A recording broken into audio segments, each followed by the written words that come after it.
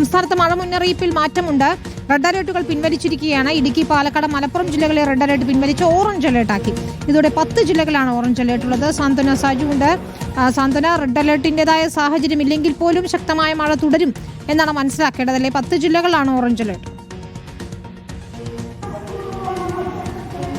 വിനിത, ഏറ്റവും ഒടുവിലായി കാലാവസ്ഥാ വകുപ്പിന്റെ അലർട്ടുകൾ പുറത്തു വരുമ്പോൾ ഇന്നലെ നിലനിന്നിരുന്ന ആശങ്കകൾ ഒരു പരിധിവരെയെങ്കിലും കുറഞ്ഞിട്ടുണ്ട് എന്ന് തന്നെ പറയാം. കാരണം 3 ജില്ലകളിലായിരുന്നു ഇന്നലെ റെഡ് അലർട്ട് നൽകിയിരുന്നത്. ആ 3 ജില്ലകളിലെയും റെഡ് അലർട്ട് നിലവിൽ പിൻവലിച്ച് ഓറഞ്ച് അലർട്ട് ആക്കിയിട്ടുണ്ട്.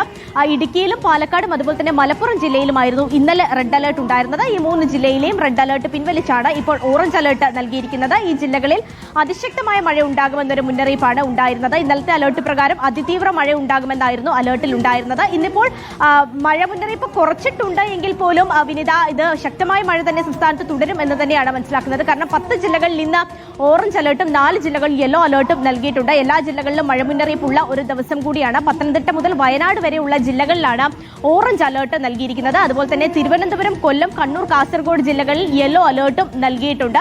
വരുന്ന ഒരു 2 ദിവസത്തേക്ക് കൂടി മഴ തുടരുമെന്ന് തന്നെയാണ് വിനിത കാലാവസ്ഥാ വകുപ്പ് നിലവിൽ അറിയിച്ചിട്ടുള്ളത്. 2 ന്യൂനമർദ്ദങ്ങളാണ് നിലനിൽക്കുന്നത്. ഒന്ന് ബംഗാൾ ഉൾക്കടലിലും അതുപോലെ തന്നെ ഒന്ന് അറബിക്കടലിലുമാണ് നിലനിൽക്കുന്നത്. ഈ 2 ന്യൂനമർദ്ദങ്ങളും ഇപ്പോൾ വടക്കോട്ട് സഞ്ചരിച്ചുകൊണ്ടിരിക്കുകയാണ്. അതുകൊണ്ട് തന്നെ വരും ദിവസങ്ങൾ വലിയ രീതിയിൽ ഇത് കേരളത്തെ ബാധിക്കില്ല എന്ന് തന്നെയാണ് കാലാവസ്ഥാ വകുപ്പിൽ നിന്ന് നമുക്കറിയാൻ കഴിയുന്നത്.